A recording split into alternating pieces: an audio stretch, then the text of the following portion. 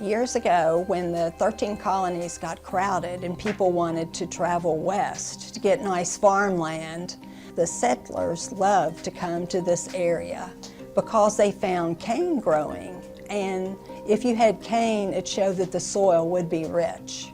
And they named it for General George Washington. It was before he was president. Washington came before the city of Maysville, which was first actually named Limestone. And Simon Kenton was the first here, and he built a little fort called Kenton Station.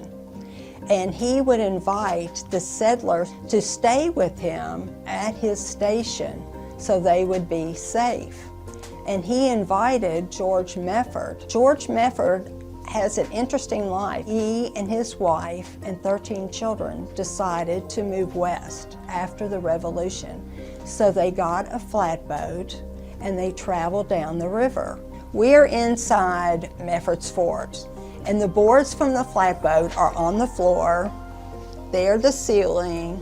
And there's a little stairway that they used. Washington quickly grew, and when they did the census in 1790, it was the second largest city in the area of Kentucky. It was actually before Kentucky became a state, until the steamboat was invented and river traffic became popular. With trade along the river, the landing became very important, and things built up downtown as far as business went.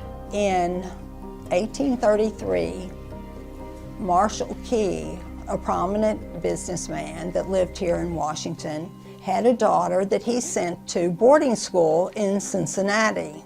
While she was there, one of her teachers was Harriet Beecher, and another teacher was Mary Dutton, and she invited them to come for a visit in Washington. While they were there, Mr. Key thought they might be interested in walking up the street. So they walked up to the courthouse, and on the courthouse steps, they saw a slave auction. Harriet just observed quietly.